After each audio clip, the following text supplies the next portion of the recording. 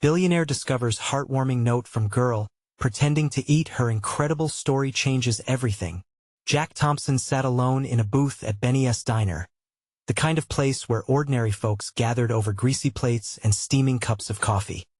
He was mean up there with riches that could fill 1,000 lifetimes, but his heart felt heavier than the gold bars in his vault. Every success in the boardroom felt hollow when he looked in the mirror. Why did I feel so empty? Then, as he absent-mindedly picked at his untouched food, he discovered a crumpled note tucked inside the sandwich wrapper. His heart raced as he unfolded the paper, revealing Lily's innocent handwriting. I pretend to eat my lunch each day so my mom can have extra rent money. I wish I could eat like the other kids. As tears welled in his eyes, he felt a sharp jolt inside him. How could a girl so small carry so much weight on her tiny shoulders? Jack read those simple words again, letting them sink in deeper. It was like a thing of beauty, raw, heartbreaking, and real. The following days found Jack slipping into Benny's more often, each time hoping to catch a glimpse of Lily. The diner buzzed with laughter, the scent of frying bacon, and the chatter of families facing everyday struggles that made his own issues seem trivial. He was an outsider in their world, and he knew it. Though Jack's wealth could buy anything, it could not buy the warmth that seemed to radiate from the very walls of that diner. Jack observed Lily from a distance. She was always quiet, her eyes focused on her lunch tray as she took tiny bites of her sandwich, careful not to eat too much. He thought of the profound strength she displayed in a world that was clearly against her. But as his admiration grew, others in the community began to view his presence with suspicion. "What's the billionaire doing here?" they whispered. "Trying to play the savior?" Before we continue, I need to let you know about something important that's happening. YouTube has been making changes to the system, and many people are losing notifications from channels they follow. If you're enjoying the content, hit that bell and mark all notifications so you don't miss the next videos. And if you can drop a like, it really helps me with reach. Seriously, it makes a difference.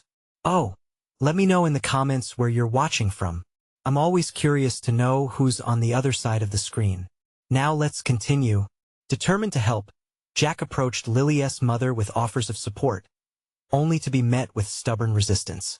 "We don't accept charity," the fiery woman shot back, a fierce pride shining through her words. Jack felt a sting of rejection but understood her resolve. How could he navigate this web of emotions? And the town buzzed, debating his selfless intentions, questioning if there was any dignity in his charity.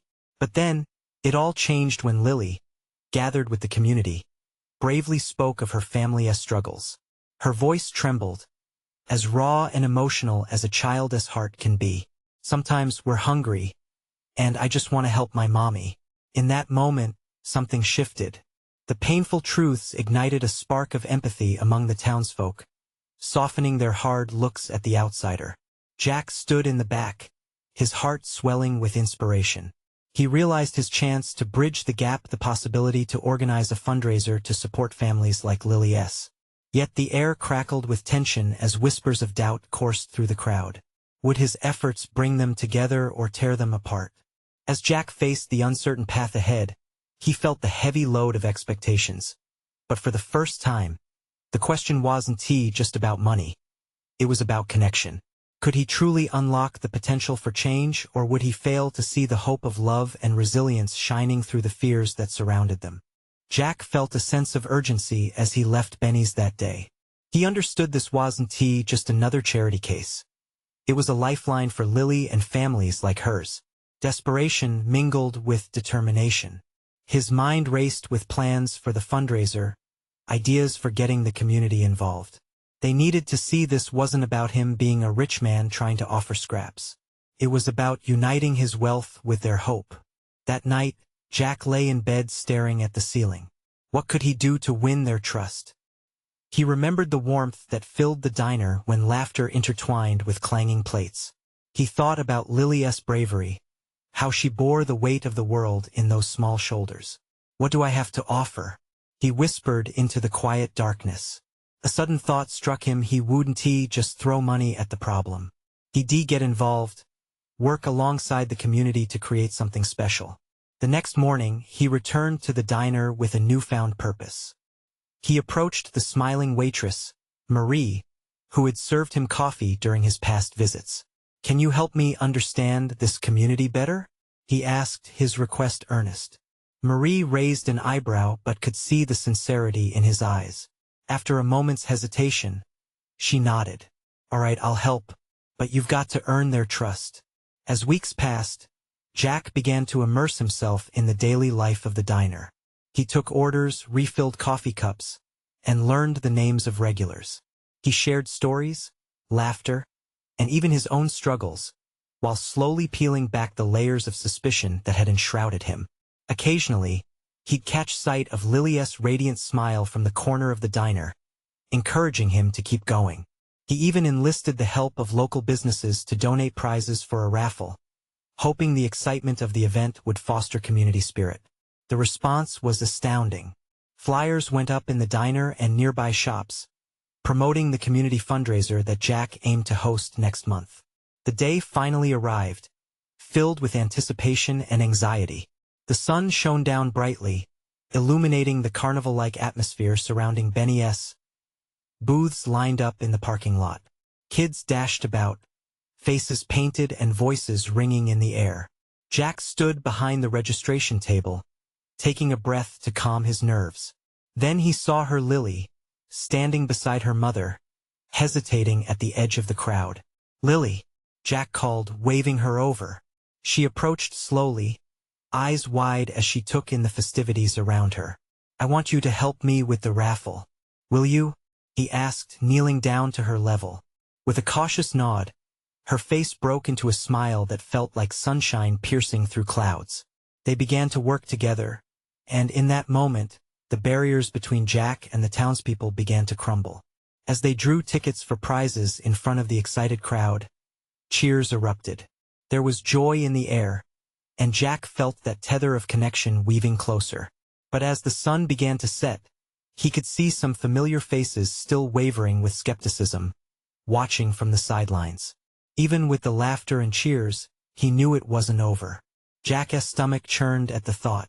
What would it take to turn those last doubters into supporters? As the final prize was awarded, he felt his heart thumping, knowing he had one critical chance left to prove himself. Would he be able to touch their hearts, or would Lily and her mother, along with the rest of the community, remain out of his reach? The answer hung in the air, thick with possibility. Jack took a deep breath, wiping his sweaty palms on his jeans. The crowd was buzzing, laughter and shouts blending into a symphony of joy.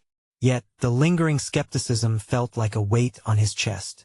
He glanced around, searching for the faces that had stayed on the sidelines, the ones that had watched, not yet willing to offer their support. "All right, everyone," Jack called out, raising his hands to catch their attention.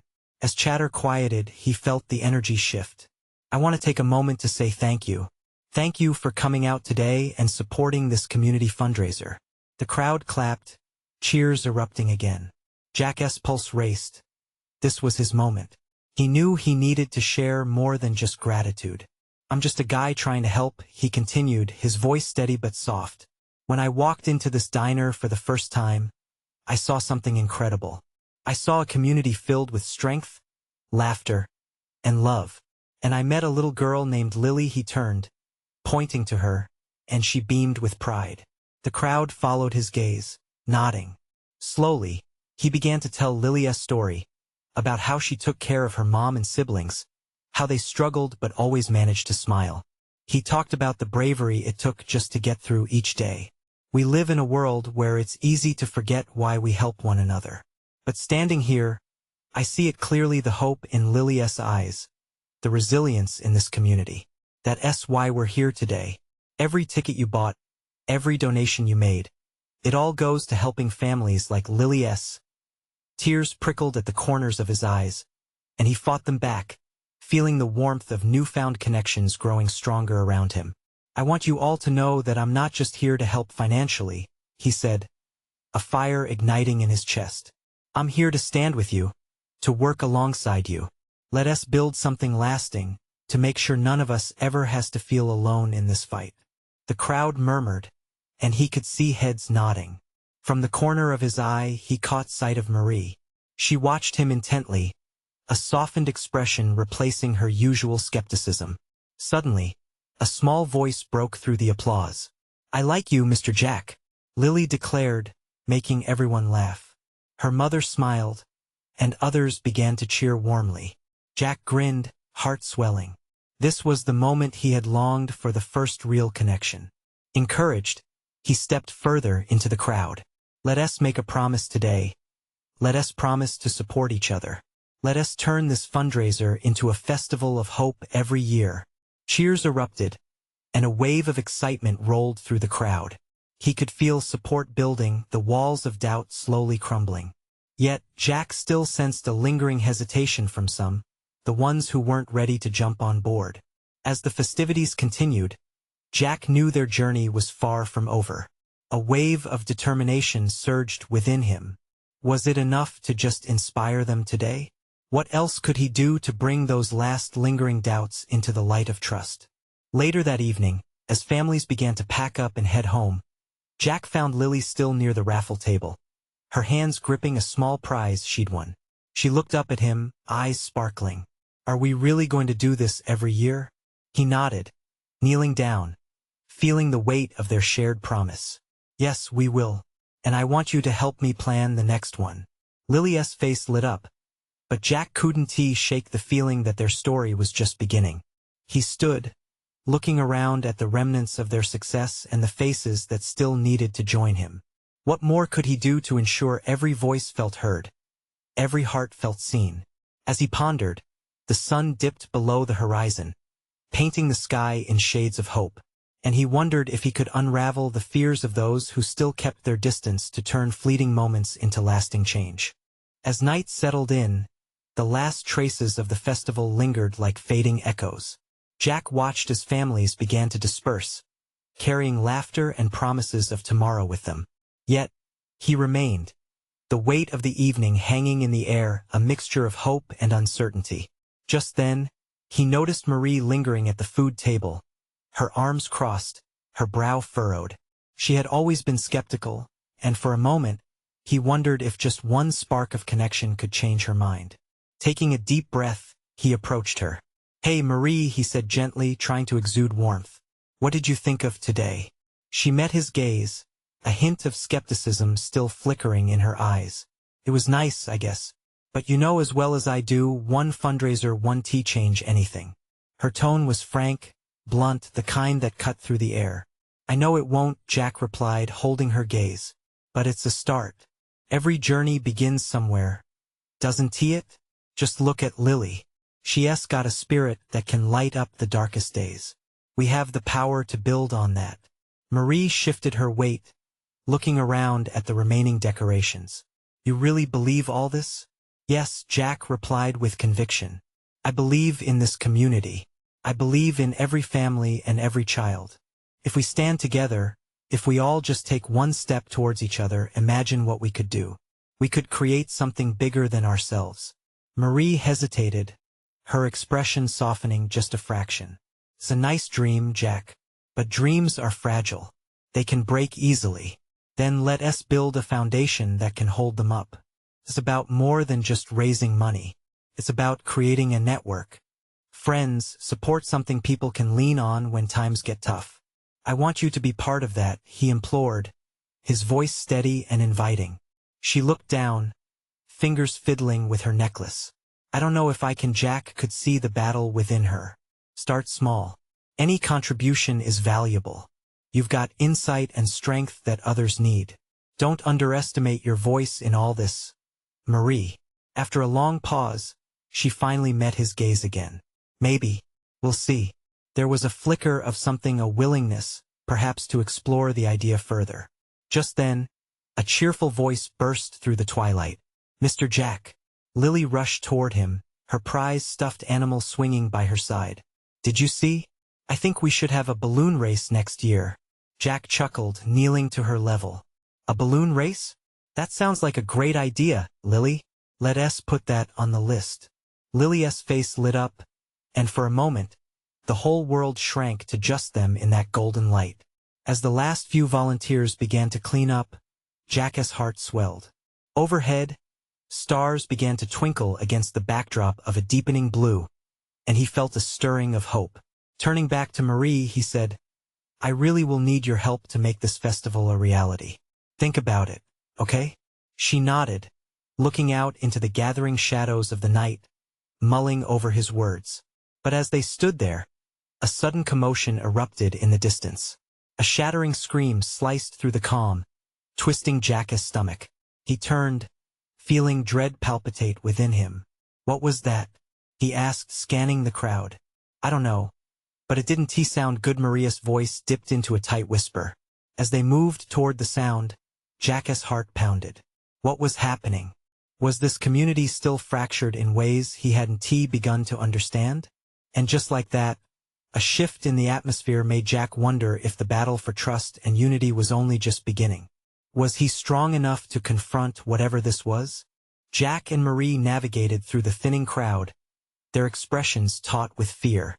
The darkened path ahead felt less like a gentle stroll under the stars, and more like stepping into an unknown chasm. Every shout, every rustle in the bushes heightened the tension that hung in the air like storm clouds ready to break. As they rounded a corner, the source of the commotion revealed itself. A small group had formed around a fallen figure lying on the ground, flanked by two frantic adults. Jack's stomach flipped. An accident? A brawl? His mind raced through possibilities, each one more horrifying than the last. "Excuse me, what happened?" Jack called out, pushing through the crowd. The sea of faces, twisted with concern and curiosity, parted just enough for him to glimpse the scene. A young boy lay on the ground, clutching his ankle. Tears streamed down his cheeks, and he whimpered softly, the sound breaking Jack's heart. He knelt beside the boy, instinct taking over. "Hey there, little guy. Can you tell me what happened?" Jack asked soothingly, gently placing a hand on the boy's shoulder. I was running, and I tripped on a rock." The boy's voice broke, and Jack could see the fear shining in his eyes. "It's okay.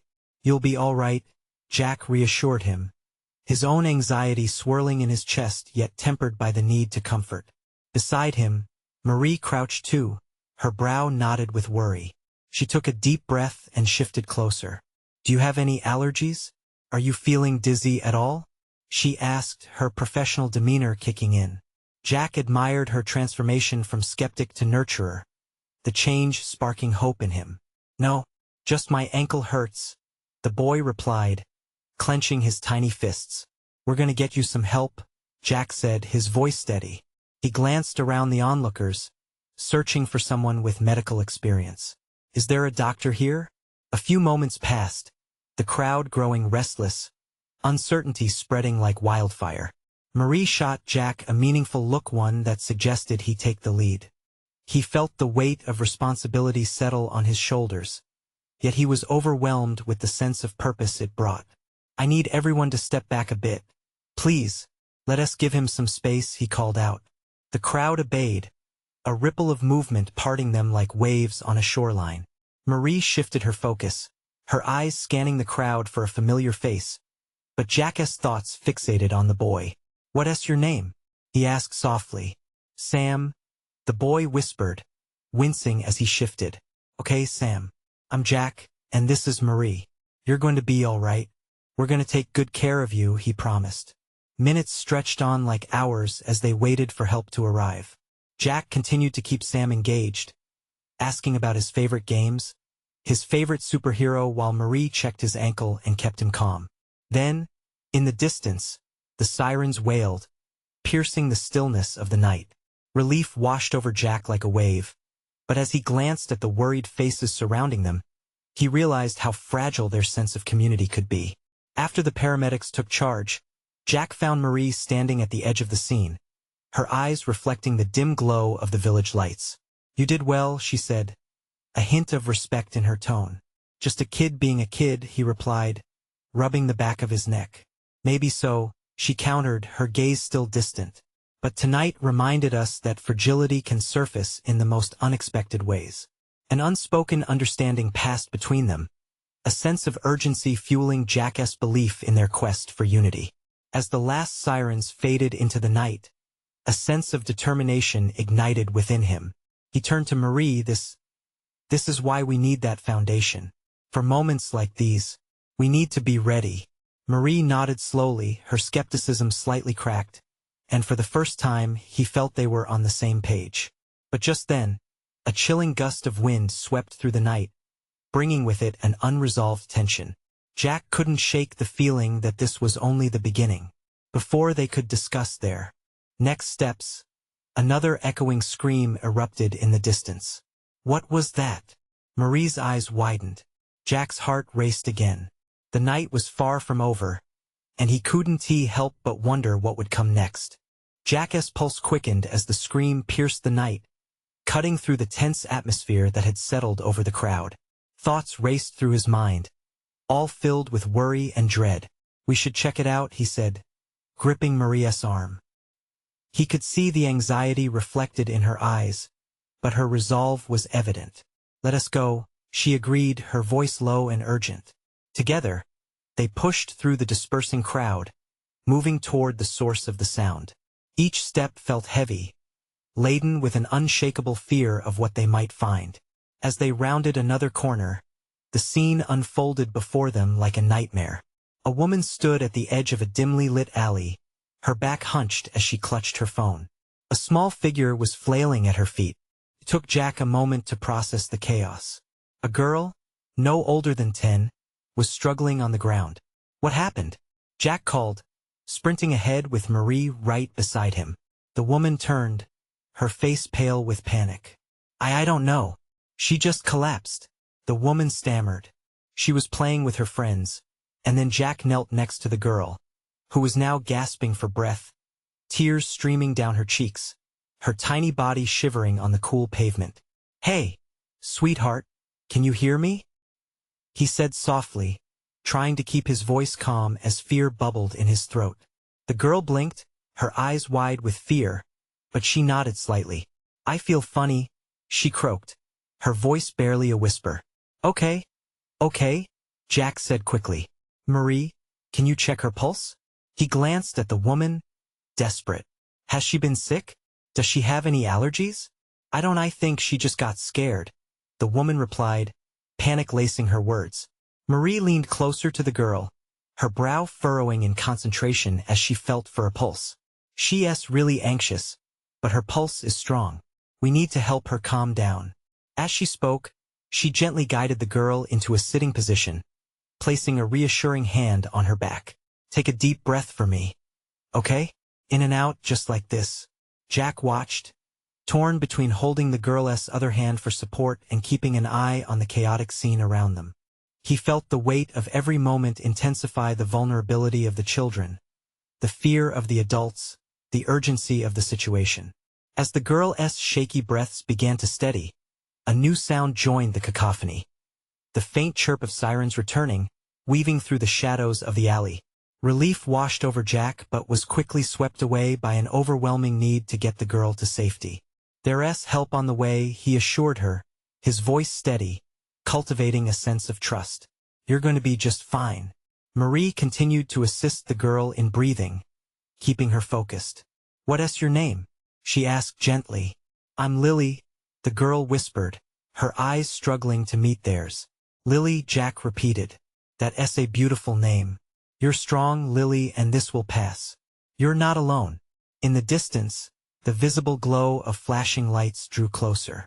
As the paramedics appeared, Jack's thoughts turned toward the faces of those who had gathered here tonight.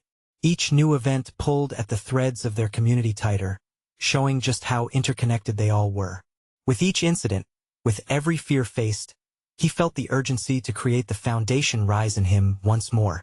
But just as he shifted to speak with the specialists, a commotion broke out at the end of the alley. Jack's heart sank again as he heard another loud shout, one filled with terror. Jack! Marie's voice drew him back. What is happening out there? Jack turned, adrenaline surging through him. They had faced so much already tonight, but the night still recoiled with surprises. A new storm was brewing just beyond their reach. Stay close, he instructed Marie, fear matching determination in his eyes. This isn't over. Jack's heart pounded in his chest as he stepped closer to the commotion. Shadows danced against the brick walls, and the air crackled with tension. He squinted into the darkness, trying to make sense of the chaos. Voices rose and fell, punctuated by cries and harsh laughter. Lily's going to be okay, he reminded himself, but the unease gnawed at him. What could be happening just a few feet away? Come on, he urged Marie as he led her toward the noise, his instincts pulling him forward. Each step felt like wading through thick mud, uncertainty weighing them down. As they neared the crowd, Jack caught glimpses of movement, a group of teenagers, riled up, drawing in tight around an older man. Get away from him, a voice shouted over the din. Jack's blood ran cold.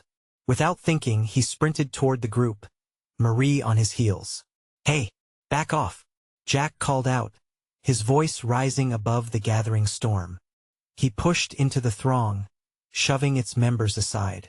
He moved with purpose, heart racing not just with fear but with a sense of duty. The group parted, revealing the man at the center. He was wiry, with graying hair and a wild look in his eyes, clearly outnumbered. Just leave me alone, he pleaded, raising his arms in a defensive gesture. Why don't you take your own advice? One of the teenagers jeered with a sneer, shoving the man hard. Jack felt rage boil in his gut. Enough, Jack yelled, stepping closer.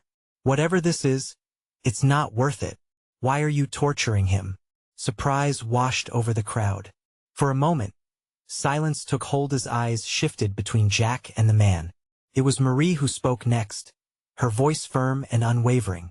People need help, not harm. We're here to help.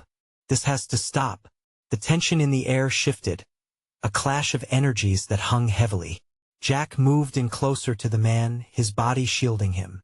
The teenagers exchanged glances, uncertainty creeping into their bravado. Just let him go, Jack said again, softer now, eyes searching. Tell me what happened. But instead of responding, the group shuffled slightly backward, the bravado cracking. A girl, quieter than the rest, stepped forward. Her face was etched with regret. We thought he was stealing things from our neighborhood, she explained haltingly, looking ashamed. But he's just been picking up litter. I thought he was acting suspicious. Jack exhaled slowly, realization hitting him like a punch. You thought doing something good was wrong? Yeah. I mean, he looked weird. Maybe you should take a moment to think about what you call weird, Marie said, anger and compassion battling in her voice. What if he was just helping? Do we all need to fit into a box? As faces softened, Jack felt a flicker of hope. Here was a chance to change the narrative, to find some common ground. It's never too late to change what you think. Let us talk this out instead of fighting. The tension hung in the air, breaths caught, as the girl hesitated. A hand reached out from the crowd, just as the sirens finally enveloped them. Jack's heart swelled with both nerves and excitement. Maybe they could shift this energy into understanding, into a lesson learned not just for the teenagers, but for everyone present. Imbued with a rush of adrenaline, Jack turned to the older man beside him. Sir, are you okay? I think so, he replied, his voice shaky. I just wanted to help just then. Another shout came from the opposite end of the alley, drawing everyone's attention. Jack's heart sank once more as he felt the dread creep back in. The night was far from over, and the looming sense of danger clung to them. What now? Marie whispered, her eyes wide with worry. Jack looked back at the unfolding scene, bracing himself. Whatever it is, we have to face it together. And as the shouts grew louder, he could only wonder what awaited them in the shadows. The commotion escalated as figures emerged from the darkness. Jack squinted, trying to discern what was happening. The sirens echoed off the walls, an urgent reminder that they couldn't linger. He noticed a group of older teens, looking agitated, adding to the chaos they had just diffused. Let us get out of here, he muttered, turning to Marie. But just then, one of the older teens pushed through the crowd, his features drawn tight with anger. Who do you think you are? He spat at Jack, fists clenched. You think you can just come in and play hero? You don't know anything about this. What's your name? Jack countered, his voice steady despite the rush of adrenaline. Why do you care? Because if you're looking to blame someone, maybe it's time to look in the mirror instead, Jack replied. He could feel the heat rising in his chest, but he couldn't let fear take control. The moment felt fragile, and the right words could hold this dangerous tide at bay. The boy paused, momentarily distracted from his anger by Jack's challenge. Marie stepped closer, her voice calm but firm. We're all scared, it's okay to be scared. But hurting someone else over it? That's not the answer. You can be better. Palpable silence fell. Jack could feel the weight of their gazes, shifting from the older boy to the man they had nearly harmed. It was as if they were all collectively realizing the gravity of the past few minutes. Look, the older teen finally said, his bravado faltering. We didn't know, we thought. His voice trailed off, the fight leaving him. Exactly, Jack responded, his tone gentler now. Imagine if someone treated you the same way just because they thought you looked weird. Another youth in the group, a girl with bright, piercing eyes, took a step forward. We've just been, stressed. Things have been tough around here, she said, her voice trembling slightly. No one's saying you're not allowed to feel that way, Marie interjected. But that doesn't give you permission to lash out. She glanced at the man, then back at the teenagers. You could have ruined someone's life tonight. The shift was gradual but unmistakable. Jack could see the collective moment of reflection crossing their faces, the flickers of remorse and realization. I am sorry, the boy muttered finally, dropping his gaze. I didn't mean to, you didn't have to mean to, but it helps to recognize when we've hurt others, whether we meant to or not, Jack said gently. Before anything else could be said, the piercing wail of sirens grew louder, and the blue strobe lights lit up the alley, washing over the group. Jack felt tension knot in his stomach again. He had hoped to diffuse a conflict, but now they were about to be confronted by whatever law enforcement had arrived. Listen, we're not the enemy, he said urgently as the officers stepped out of their vehicles. We just want to help. Can we talk about what happened here before this woman gets any more complicated? The police officers surveyed the scene. Jack's heart raced, desperate not to let this moment spiral again. He met the eyes of the older man beside him, who was still visible, albeit shaken. The man's expression seemed to offer some small measure of hope. As the officers approached, Jack realized they needed to come together now more than ever. In moments of crisis, humanity either shines or crumbles. And there they were, teetering on the edge. What are you all doing here? One officer barked, his presence commanding authority. We are. Jack hesitated. This was the moment he would have to decide whether to shield the truth or reveal the mistakes made that night. Then he took a breath, trying to keep his voice steady. We're all part of the story, now let us make it a better one. And as the shadows deepened around them, the air thick with uncertainty, Jack felt an undeniable shift. Would the truth bind them, or newly ignited tensions tear them apart? Only time would tell. The officer's gaze softened slightly as he took in the scene, tension running high, the fear etched on every face. Jack quickly glanced at Marie, whose expression remained calm, but he could see the worry in her eyes. They stood in the alley, surrounded by both the angry teens and the bewildered man they had just helped. Listen, Jack said, raising his hands in a placating gesture. I know it looks chaotic, but we're not here to cause trouble. We just want to understand? The officer interrupted, a hint of skepticism in his voice. You think you can just stand in this mess and understand what happened? Jack's heart raced. He was walking a fine line, hoping to convey both honesty and urgency. Yes, there's been enough chaos for one night. All we want is to talk. As if sensing Jack's sincerity, the officer straightened his posture, crossing his arms and studying the group. And do you think it's safe to let some angry kids and a victim mingle together? The teenagers shuffled their feet, glancing around as if realizing for the first time just how exposed they all were. Maybe we can separate and talk one-on-one, Marie suggested, her calm voice cutting through the tension. We all need to cool off. Yelling at each other isn't going to help. Jack nodded. Exactly. We just want to understand what brought us here. He looked back at the older teen, who seemed to wrestle with his own discomfort. If we want change, we have to be open about what's wrong. The officer's gaze softened further, eyes darting between the palpable fear of the man still recovering from the close brush with violence and the uncertainty in the teen's expressions. All right, let us separate you, but everyone is sticking around until I can sort this out.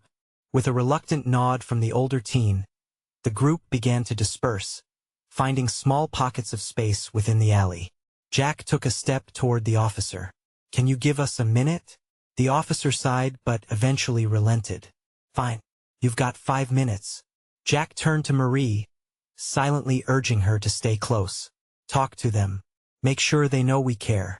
Marie walked over to the older teen's group, gently inquiring about their feelings, while Jack turned his attention to the older man. Something in his eyes told Jack the man had a story of his own. Are you okay? Jack asked, his voice softer now. The man seemed to melt under the kindness, shame spilling into his features.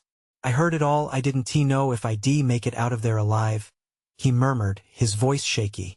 I didn't want to get involved, but I couldn't just stand by. No one should have to face that fear alone, Jack replied. We're working toward something better, and that starts with recognizing each other's struggles. As the man looked up, Jack could see a hint of relief in his eyes, a glimmer of understanding sparking amidst the chaos. Meanwhile, voices behind them began to rise again, this time of the teenagers reflecting on their actions. Jack turned, scanning the crowd. The scene was shifting, a raw honesty spilling into the atmosphere, but he could still sense the powder keg of emotions lingering in the air. The officer's watchful eye returned, his brow furrowing as he watched the conversations unfold. He seemed uncertain, caught somewhere between duty and the hope of resolution. Just as Jack thought they were starting to find common ground, a loud shout erupted from the group of teens. You can't just blame us, one of them yelled. That's not fair. Jack felt his heart drop, realizing they could slip back into chaos in an instant. Would they be able to stand together, or were they destined to fall apart again? The officer moved toward the noise, tension crackling like electricity, and as the teens shouted, so did the questions in Jack's mind.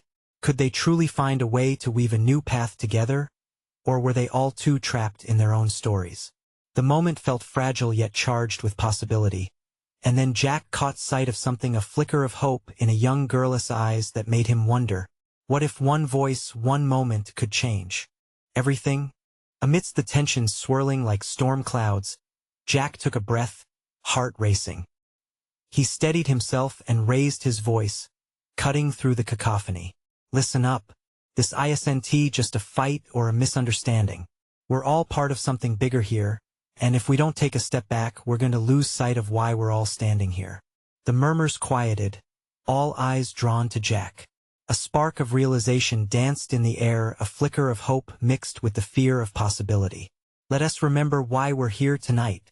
He pressed on, eyes scanning the crowd for nods and expressions softening. He pointed to the older man, still visibly shaken. This man was just trying to help, and he almost got hurt for it. As Jack spoke, he saw the tension in the teens begin to ease. Their anger met with guilt and confusion. The boy who had initiated the chaos shifted on his feet, glancing to his friends, who wore expressions of uncertainty and regret.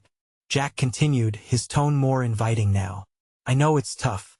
We all have our battles. But this is what community is about. We need to lean on each other and lift each other up instead of tearing one another down. Marie caught Jack's energy, echoing him. We're not asking anyone to forget their fears or their concerns. We're asking you to see each other as humanity. Just as you all felt threatened tonight, the man did too. But instead of sharing that fear with violence, let us share it with compassion. Jack could feel the shift as connections began to form through the gaps of fear and misunderstanding. The officer nodded, impressed. That's right. This is a chance for us to open our eyes.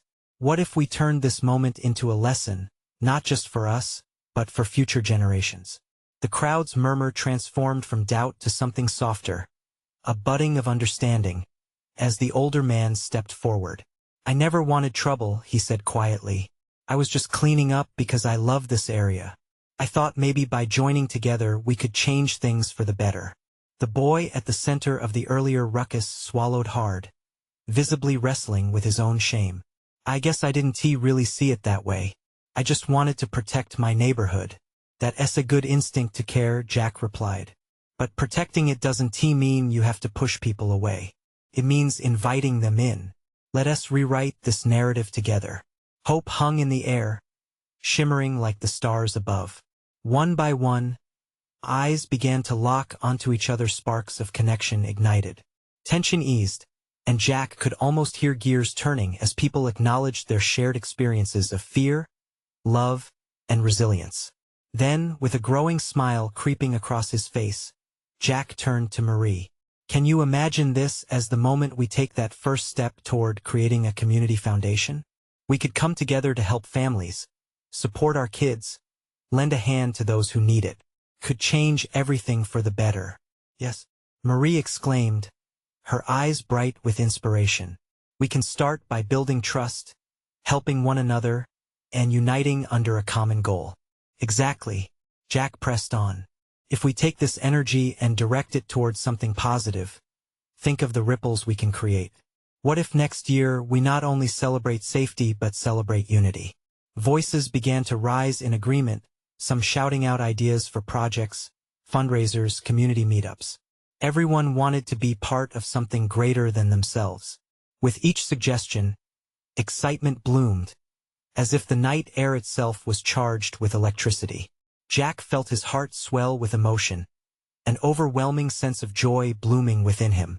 They had turned a moment of chaos into an opportunity, a chance not just to heal, but to unite a fractured community.